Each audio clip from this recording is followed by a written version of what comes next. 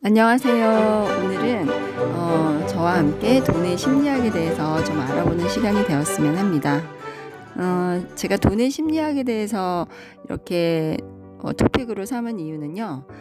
제가 우연히 넷플릭스에서 How to Get Rich라는 그런 프로그램을 한번 추천을 받았어요. 어떤 유명하신 분한테요. 감명 깊게 봤던 내용을 여러분과 나누는 거라고 생각하시면 될 것 같아요. 자, 돈의 심리학, 부자 되는 법 이렇게 나와 있는데요. 저희가 도대체 부자가 뭘까요? 부자라고 하면은 여러분들 각자 생각하는 게 다를 거예요. 부자 자체의 의미가 아니라 우리는 부자로의 삶을 원하니까요. 그죠? 사람들에게 다 부자라는 단어를 들려주면 또는 부자라는 단어를 들으면 무엇이 떠오를까요? 각각 다른 것들이 떠오를 것 같아요. 숫자적으로 부자는 돈이 많아 얼만큼이 부자라고 생각해. 옛날에 이런 설문도 있었잖아요. 어떤 사람은 10억, 인플레이션이 많이 진행됨에 따라서 점점 올라가서 20억, 30억. 옛날에 미국에서는 밀리어네어라는 그런 단어가 있었는데 백만장자라는 뜻이죠. 엄청난 부자라는 어떤 추상적 느낌으로도 쓰이고 있는데요. 그것을 우리나라 돈으로 약간 환산하면 한 13억 정도 되는 것 같아요. 근데 지금 우리가 13억을 부자라고 얘기하진 않죠. 그래서 부자라는 단어는 그때마다 시대상마다 그리고 각각의 개인이 처한 상황에 따라서 다 달라지는 단어인 것 같아요. 우리는 부자라는 단순 수치, 돈이 많다라는 것을, 자산이 많다라는 것을 원하는 것이 아니라 진짜로 저희가 원하는 것은 무엇일까요? 부자로서의 삶입니다. 어떤 사람은 돈 걱정 안 하는 게 부자야. 어떤 사람은 우리 어머니를 호강시켜주는 정도의 부자였으면 좋겠어. 어떤 사람은 나는 세계 여행을 마음껏 하는 그런 시간적인 여유로운 돈이 많은 그런 삶을 살았으면 좋겠어 하고 부자가 되고 싶은 아마 목적이 다 다르실 거예요. 의도가 말이죠. 그것이 우리가 원하는 목표일 것입니다. 자, 그러면 다 각각 다른 그 부자로서의 삶의 목표를 어떻게 다뤄가야 할지 그 돈에 대해서 한번 알아보겠습니다.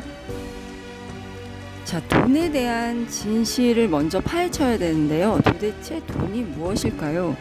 돈은 각각 개인마다 또 다르게 다가옵니다. 어떤 사람은 그 돈이 나의 한을 풀어주는 자아실현의 대상이 될 수도 있고요. 어떤 사람은 무엇을 하기 위한 수단이 될 수도 있고요. 어떤 사람은 돈에 의해서 모든 나의 시간과 에너지가 좌우되는 그런 사람도 있을 수 있고요. 어떤 사람은 돈을 통제하는 사람도 있을 수 있습니다. 그러면 각각 개인에 따른 그 다른 돈에 대한 진실은 무엇과 관련이 있는 걸까요? 돈에 대한 나의 감정과 관련이 있다는 것입니다. 자, 그러면 이 진실을 한번 파헤쳐 보겠습니다. 자, 그러면 이 진실은 어디에 드러나 있는 걸까요? 첫 번째, 우리의 수입, 우리의 부채, 우리의 은행 잔고가 어떤지 알아봐야 됩니다. 그리고 만약에 돈이 있다면 그 돈의 액수에 따라서 우리는 그 돈을 어떻게 쓰고 싶은지 거기에 대해서도 알아봐야 되겠죠. 그리고 나는 돈과 관련해서 어떻게 자라왔는지, 이 세 번째가 엄청나게 비밀을 푸는 열쇠입니다. 여러분 한번 생각해 보세요. 여러분이 돈에 대해서 부족함 없이 자랐거나 또는 부족함 없이 자랐더라도 매니징을 배웠는지 안 배웠는지, 또는 돈에 대해서 너무 억압받고 자라셨는지, 돈을 쓰는 것만 좋아하는 부모 밑에 살았는지, 돈에 대해서 엄청나게 불평을 하는 그런 분위기에서 살았는지, 항상 돈이 중요하다고 생각하는 분위기에서 자랐는지 여러분이 아마 생각해 보셔야 될 것입니다. 거기에 부자가 되는 삶의 키가 있기 때문입니다. 자, 이제 부자가 되기 위해서 시작을 해봅시다. 어떻게 시작을 해야 될까요? 자, 우리가 돈에 대한 진실을 알았다면 이제 부자가 되어야 될 텐데요. 그 진실을 가지고 첫 번째 우리는 돈의 흐름을 알아야 됩니다. 나의 돈이 어떻게 들어와서 어떤 곳에 쓰여지고 어떻게 축적이 되어 있는지 그것부터 명확하게 알아야 돼요. 어디에 소비를 하고 있는지, 어디서 수익을 가져오고 있는지, 즉 수익과 지출에 대한 내용이죠. 그리고 어떤 여러 가지의 계좌를 통해서 이루어져 있는지, 그리고 어떤 금융기관과 연결되어 있는지에 대해서도 자세하게 아셔야 됩니다. 카드, 보험, 은행 잔고, 주식 계좌, 연금 계좌 여러 가지가 있겠죠. 자, 그리고 두 번째는 부채가 만약에 있다면 부채 청산 계획을 세우셔야 됩니다. 부채는 아주 특이한 경우를 제외하고는 계획 없이 없어지지 않습니다. 자, 그리고 세 번째 이제 투자에 대한 내용인데요. 자, 투자에 대해서는 이따 좀 더 자세히 살펴보기로 하고요. 이제 하나씩 내용을 알아보겠습니다. 돈의 흐름을 알자. 자, 이 말이 무엇인가요? 계좌가 너무 많으면 우리가 돈의 흐름을 알 수 있을까요, 여러분? 아마 이 계좌에 얼마 있고 뭐 저 계좌에 얼마 있고 우리가 잘 알 수 없어서 어떻게 들어오고 어떻게 나가는지도 잘 모르실 거예요. 여러분이 계좌가 많더라도 훤히 거울을 보듯이 다 알 수 있다면 상관이 없지만 계좌를 좀 단순화시키는 게 좋습니다.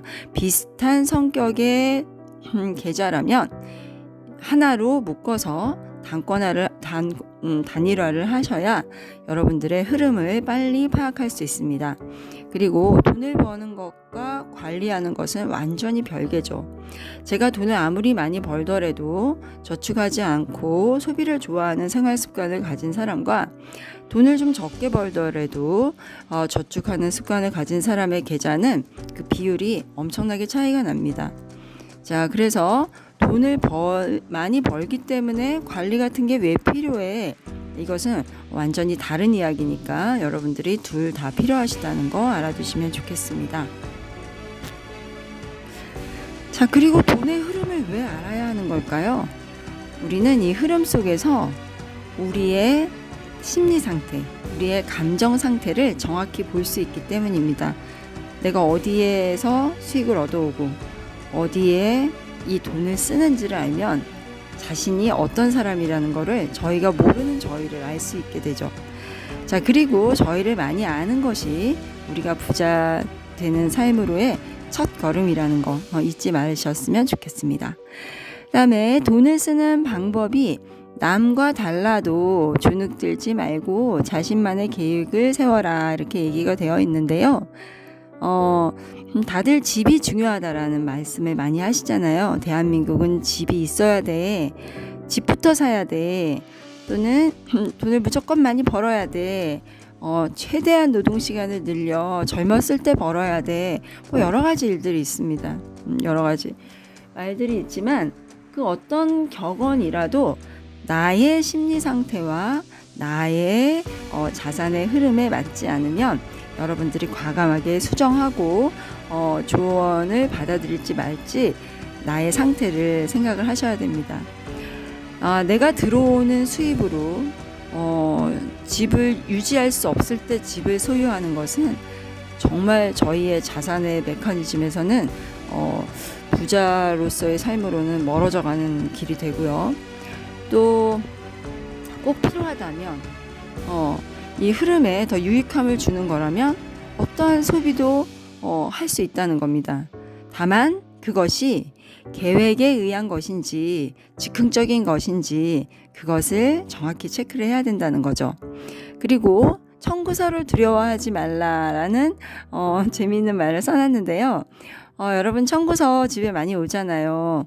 뭐 아파트 관리비도 오고 또는 카드에 대한 것도 오고 이 청구서는 뭐 꼭 종이로 오는 것도 있지만 우리가 요즘은 이메일이나 모바일로 많이 받잖아요.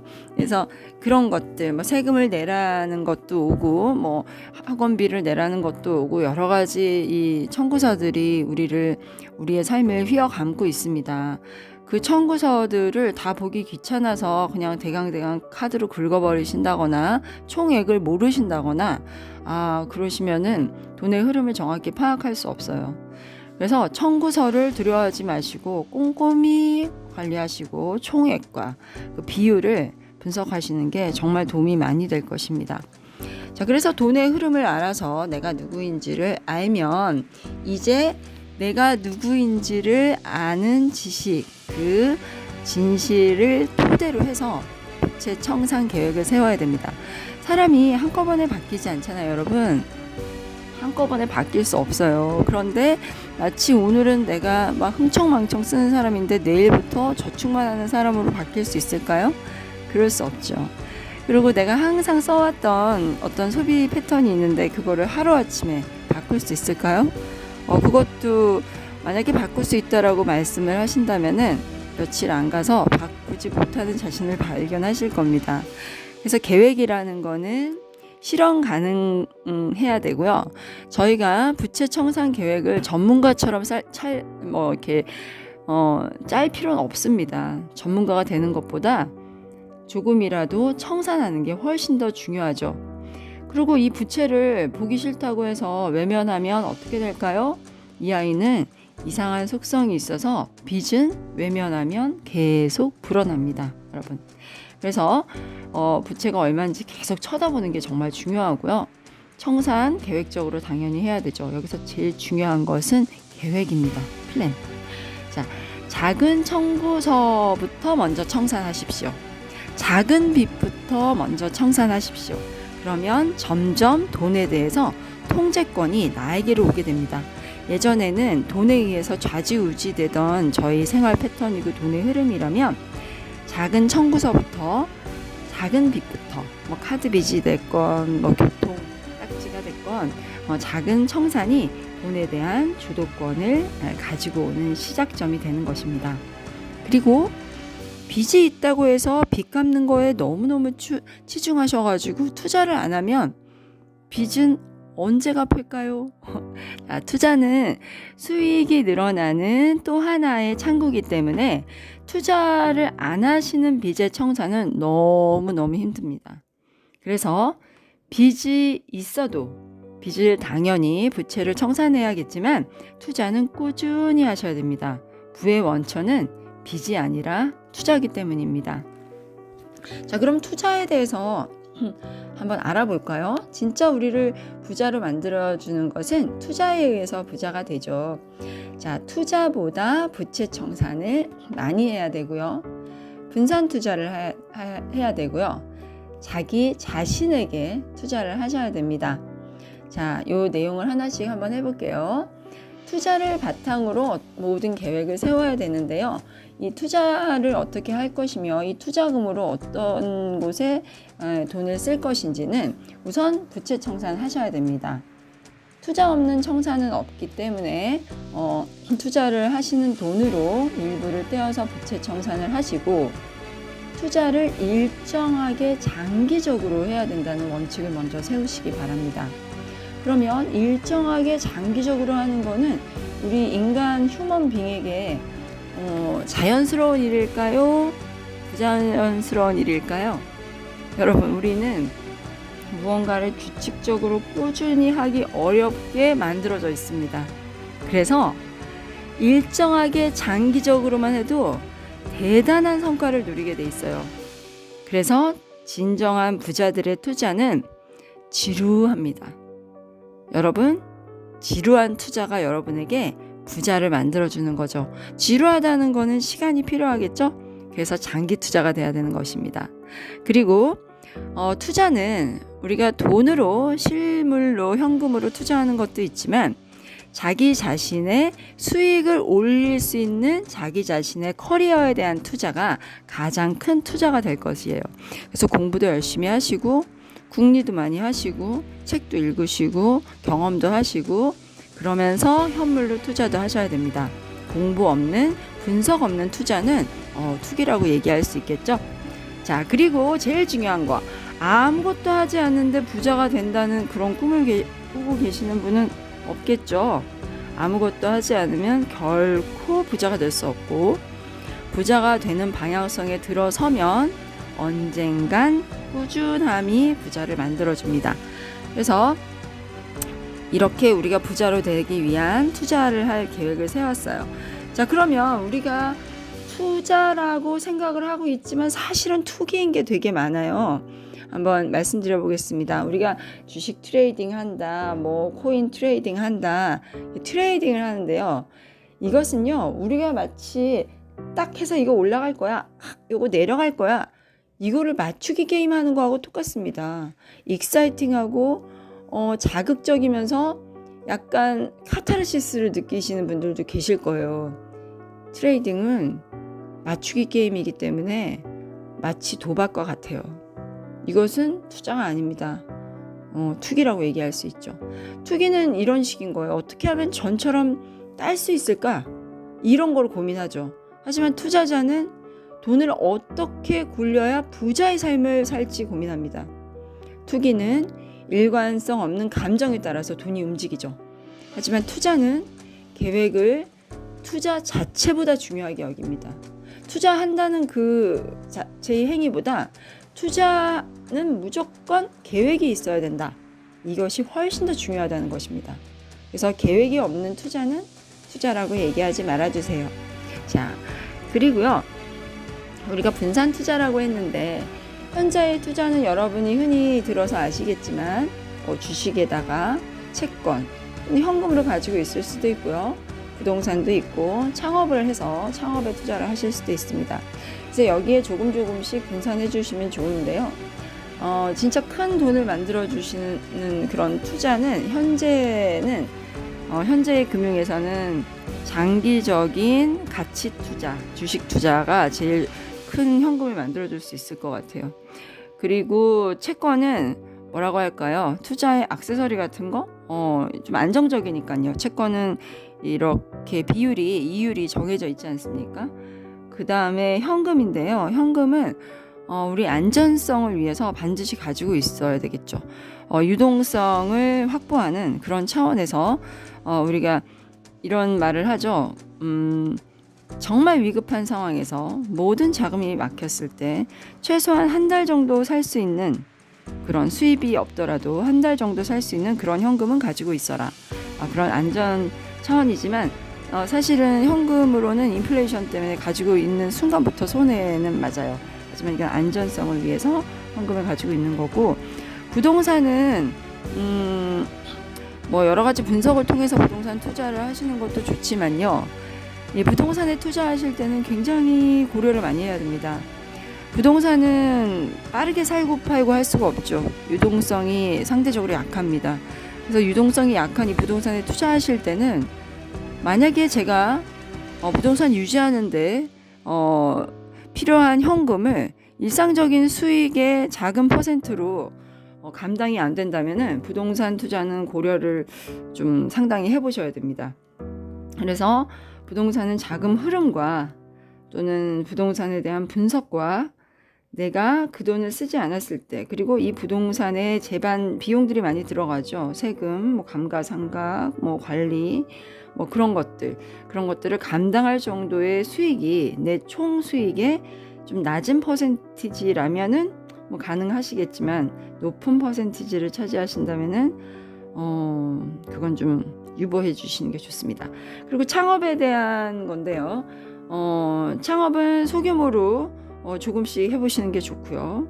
조금씩 해보면 성공하시는 분들도 계시겠지만 실패하는 것도 있습니다.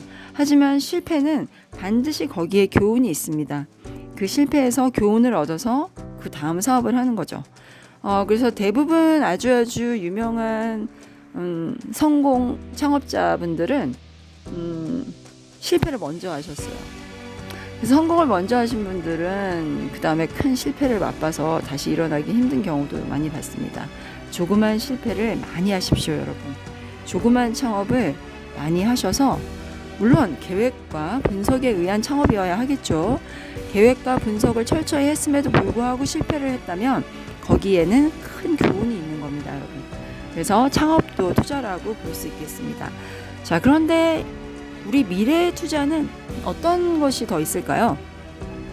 웹 3.0 요즘 많이 얘기를 하는데요. 웹 3.0은 이제 거스를 수 없는 트렌드가 되었고요.